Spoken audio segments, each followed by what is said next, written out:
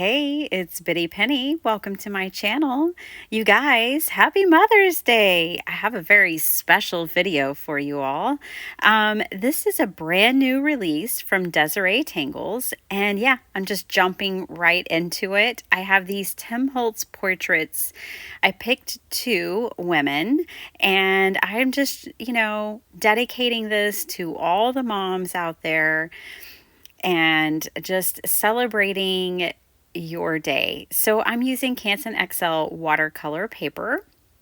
I'm making two 5x7 cards, and I am using one of Desiree's new stamp sets in this video. She just released them yesterday in a live. I'll leave it linked down below in the description because it is filled with probably at least 30 cards full of inspiration. There's 4 new stamp sets. It's all amazing. I'll leave it linked down below.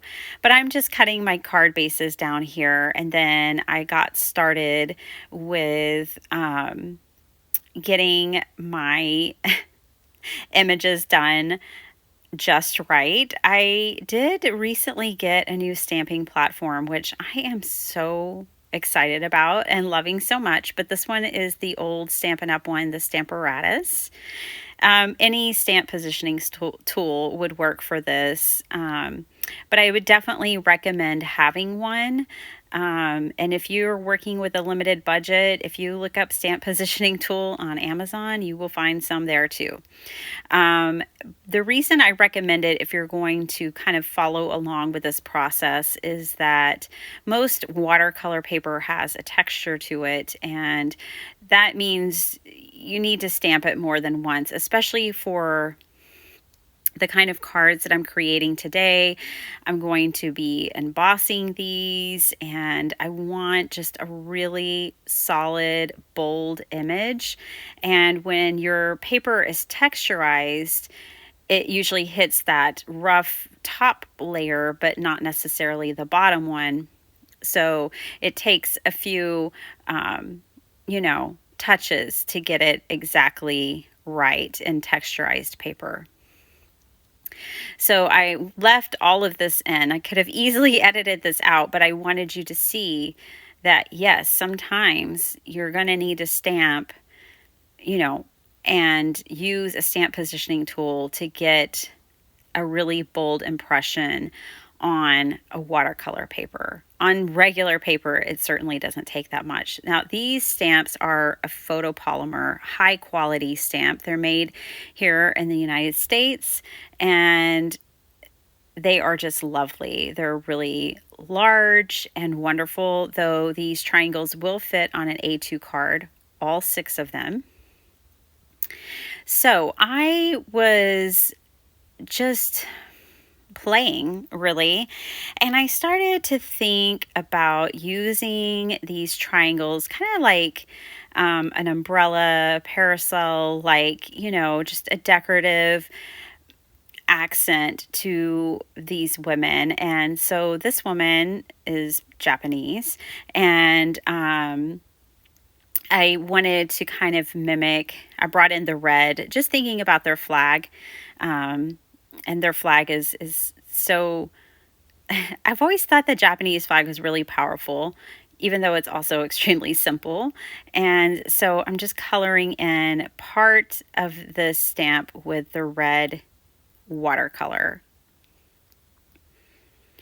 I am keeping this part pretty simple because I wanted to use these stamps in a very mixed media style. I have this tea-dyed rice paper. This is a Japanese rice paper. It's from Daiso, though. It's not expensive. You can get about 100 sheets for $6 on Amazon.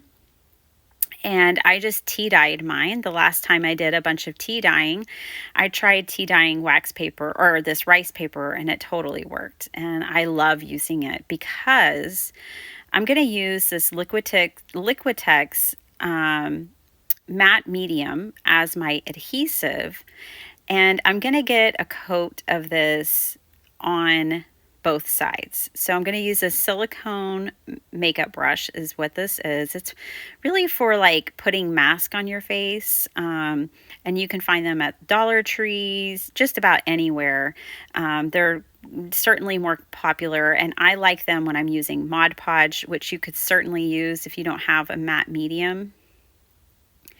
And this is like a brand new bottle for me too. I just wanted to start using the matte medium on some of my collages, and so that's what I picked it up for. But yeah, I did not color in all the different triangles because I knew I was going to play with the idea of transparency. Transparency is something that I've been trying to, it's really kind of a concept that I've been playing with more lately. And so I wanted to play up the transparency of this tea-dyed rice paper and put it over a portion of the stamped image. This card is going to take some twists and turns, but it's so fun. So I had these koi fish stamps. These are old Stampin' Up! Stamps. And I'm going to stamp a couple of koi fish and around my card. I just do 3 different ones. And I love koi. I always love, we usually go to, we have some Japanese gardens around, well, the botanical gardens in Austin, they have an area that's dedicated to Japan. And I love the koi ponds so much. They have this really beautiful walking path where you can walk along the pond, but also like through the pond. It is so cool. And so I knew I had that stamp set in my collection and I had to bring it in. And I think, I have a few videos coming out for you guys where I've been using Desiree's new release. And what I love about it is just all the potential that it has, especially when you think about mixing it in different ways. I have a video coming out that's exclusively about creating different backgrounds. And I think her stamps if you struggle to make like masculine cards, I think they just make it just like uber easy to make masculine cards with her designs. But there's just so much potential. And so I have a whole video coming out where I made 4 cards, and I was really just focused on using her stamps as the backgrounds. And with this one, I wanted, for those who like to make mixed media projects and mixed media cards, I wanted you to see, conceptually how I played with them in a mixed media format. So I'm going along here with my watercolor, and I'm just painting in and around the stamped fish and around my umbrella, if you will, for these ladies, and filling in the background. Now, before I did this voiceover, I meant to look it up, and I forgot. I will try to put it in the description box, though. And what I forgot to look up was there's this Japanese technique of adding gold paint to edges and mending art. It's an art technique, and it's used in a way of, from my understanding, of like healing and connection. And so one of the things that I did was, after I got done filling in this background with this just gorgeous turquoise teal blue, oh, I love this color. I wanted the contrast between the koi and the water to be, like a focal point of this card. And so, I deepen the color in a few places, and then I splash the color because, I wanted to think about the movement of water. You have it moving around the fish, but then you also have the splashes from the movement of water. So this card was very conceptual. in my thought process when I was making it, thinking about elements. And I when I think about like Chinese medicine, and I think about, there's just different cultures that I think really focus on elements, and I always think of that with the Japanese. And so I was trying to adopt that as I was making this card. And here is where I'm using my Kuretake Ganzi Tambai watercolors. And this is the metallic gold palette. And I am going to put gold everywhere. This is going to be my connector. So I'm running gold on all seams and around all things. And I'm trying to use that in a way that's kind of respectful of the Japanese style. Again, I'll leave that linked down below just if y'all want to learn more about it or even know what it's called. I can't remember because I'm doing a voiceover what it's called. But yeah, I put the gold around the fish and around the rice paper. I connected the kite. It's not a kite, sorry, the umbrella with the gold. And it really pulled everything together for me with this card. I don't even know if I would have liked it as much if I didn't add this touch. Now look at the transparency on that top koi fish. I know my hand is covering it right now, but when I go to put the gold around it, you'll see what I'm talking about with, I had stamped it over that rice paper, but it still kind of gives the idea of transparency in a similar way as the rice paper going over the stamped image. So I thought that was pretty interesting. I did kind of deepen the fish with a little bit of a marker. I brought in a scrap of paper because I thought it really kind of helped ground this portrait. And I did some more splatter. This time it was this pearlescent metallic white color, splashing that around as well. So I set that off to dry.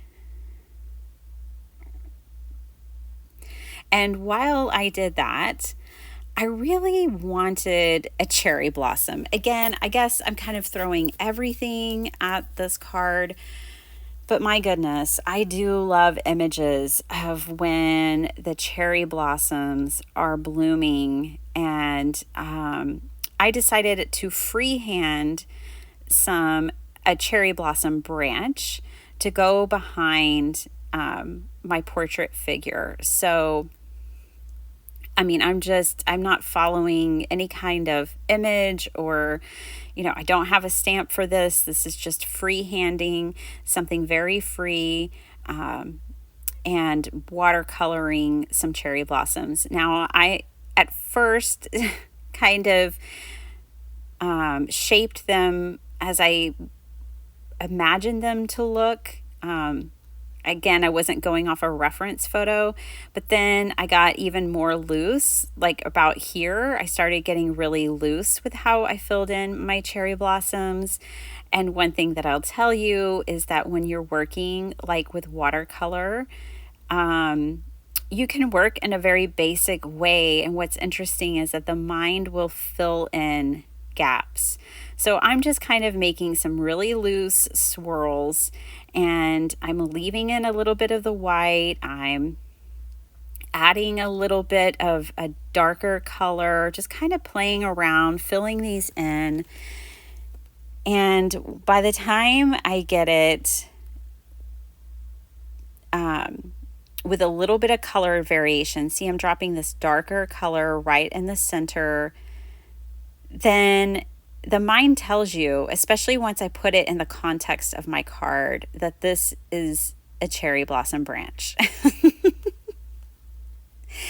And when I fussy cut this out and I add it to my card, I really feel like it was missing. Like it is what this card needed to really set it off. And I feel like it draws attention to all that is going on in the center and the focal point of that card. So here I'm just adding a few very simple, very small leaves. Because I do believe that the blossoms, they bloom off of the bare branches. So there wouldn't be a lot of big leaves, depending on which part of the season, I guess it's in, like how far along. But yeah, once I laid this down, it just felt like the perfect touch. To me, this card is just very dreamy, and I just love where it landed. And it's very simple. Like there's not a there's not a lot of dimension. I should say that. Like that it ends up looking like there's a lot of dimension, but there's really not. I did flatten my cherry blossom branch down with that acrylic block. And then I will go ahead and glue down my portrait and this scrap piece of paper.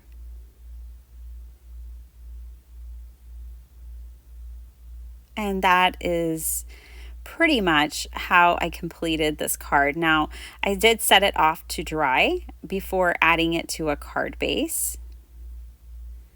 And next, I just gold heat embossed those same stamps and pretty much the exact same place on this card. And you can tell this is not exactly straight or square, but again, because it's like an umbrella, it doesn't need to be. And so I decided I would just didn't need to do any more mixing.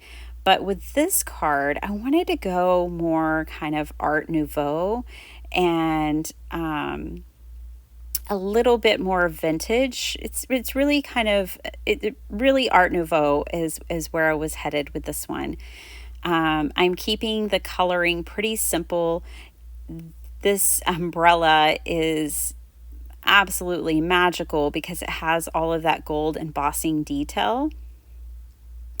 And then I go in and I just dab up a little bit of that color to knock it back a little bit, plus watercolor as it dries.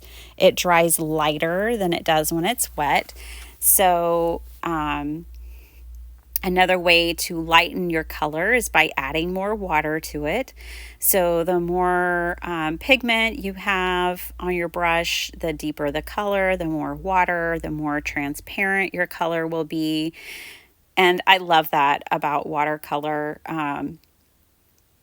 I used to get overwhelmed with the concept of having like 3 different markers and your light to medium to dark. And one of the things I love about watercolor is if I mix a color, then I get to alter the depth of the color just by adding a little more water or less water. To me, for the way my brain thinks and works, it's easier. So now I'm just filling this in with this really beautiful gradating color. And sorry, it's granulating. I always want to say gradating, but it's not. It's granulating watercolor. Fussing with my brush, but now I'm going to start just dragging this color out. And for this one, I'm not concerned about having like a super smooth background. I am totally fine with it being, dark in some spots, lighter in others. For me, not having it ultra smooth or blended gives it a texture. And so I like that. And so I'm going to let that exist there. And then I know that I'm going to be adding a lot to this card still. So that texturized watercolor background is good for me. Now I had these die cut flowers. Well, they're actually printables that I cut out with my brother Scan and Cut. These are from Dreams Etc. from a kit called The Manor. And I had them off in this little tub over on the side, and I wanted to play with the idea of dimension with flowers. I have quite a few sets of Prima flowers in my stash, and I feel like I never use them. And on this card, I wanted to just kind of go overboard with the flowers. But first, I have this other stamp from one of Desiree's other stamp sets, and it's a flourish, it's a flower. And I am stamping that tone on tone to my background. I wanted to add more interest, but I wanted it to be extremely subtle. One of my favorite artists is Sandy Allnack. Or sorry, I love Sandy. But that's not the Sandy I was thinking about at the time. I do love Sandy Allnack though, but a different Sandy. And she always says that art should reward the looking. And I feel like in card making, the way that for myself that I can achieve that is by subtle detail, fine detail, and color, but like adding this subtle detail of this tone on tone stamping, it adds a layer. And you may see the final card and say, well, I can barely see that layer that you added, but it is there. You actually can see it, and it rewards the looking, because the more time you spend looking at the card, the more you realize, oh, what's that design in the background? At least that's my thought process with it. I'm going to add some gold splatters too. You just can't go wrong. If you know Desiree, she likes a whole blizzard of splatters. And that's one way I knew that we were crafty soul sisters, is the amount of splatter that we both love. So yeah, I'm going to splatter plenty of gold in this background. It's just gorgeous. I love it so much. So now I'm ready to start playing again with the overall composition. And to me, this is just a magnificent woman strolling along in a beautiful garden of flowers. And, everything is in bloom. She's in bloom. The flowers are in bloom. The butterflies are floating all around. And to me, this just captures the essence of, I don't know, the feminine spirit. And so I think you can all see now why I'm dedicating these cards for Mother's Day to all of you, because the feminine spirit is so beautiful, so delicate yet strong.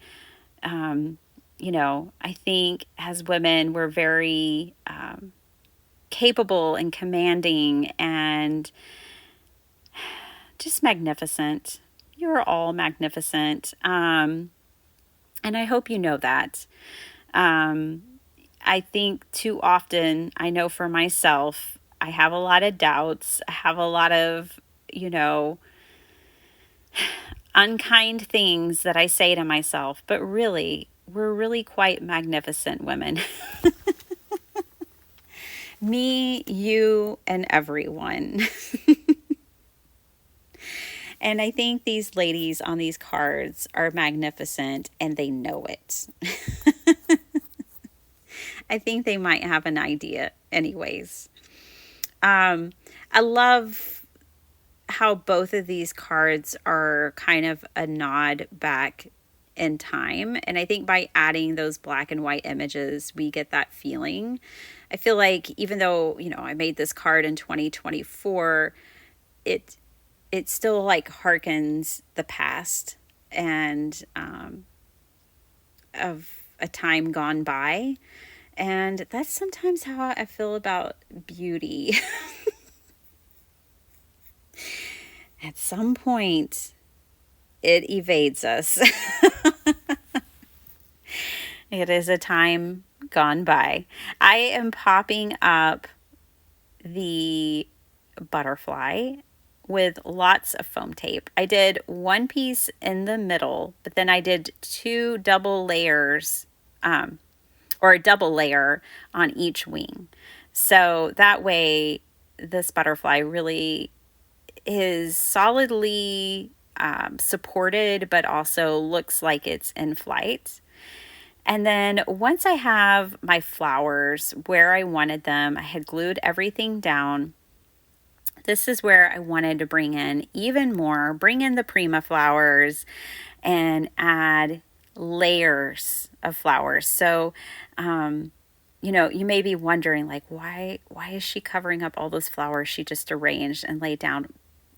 I thought that it just made it more incredible to have layers behind and these layers above, and just magnificence. So yeah, I grabbed these. These are older. I don't know the collection name. They're just some older flowers, but Prima always has beautiful flowers out, and the paper studio at Hobby Lobby always has beautiful flowers. I never go to Michael's anymore, but they probably do, maybe. And I'm pretty sure Joann's. So if you're needing to get flowers at a box store, I'm pretty sure you can. I know for sure Hobby Lobby has them, and but you can also order them online, or you can make some. You can most certainly make some too. Yeah, so I just kind of arranged these around. I did end up putting a flower in her hair, and I put one at the top of the card, and I finally stopped myself. I am adhering these flowers down with my PVA glue. It's certainly strong enough to hold them on forever, but it takes a little while to dry. So it's one of those things where you don't want to stand it up, or, you just want to put your flowers on where you want them and set the card aside and on a flat surface and let it completely dry. So these are my two cards using Desiree's new stamp set and things that I had in my stash. And I hope that you enjoyed seeing my process. These cards do not have a border. I usually create cards with a border, but I did make these completely edge to edge 5x7 cards. And I had so much fun creating these. I hope you enjoyed watching them. I hope you're able to celebrate today and the beauty of your life, the beauty of your contributions and others, and that, yeah, you're just feeling all the good feels today. And if you don't see this on Mother's Day and you see it on another day, I hope you have all the same feelings. So wishing you all the best. I hope you have a really wonderful day. Check out all the links down below, and I'll see you guys next time. Bye.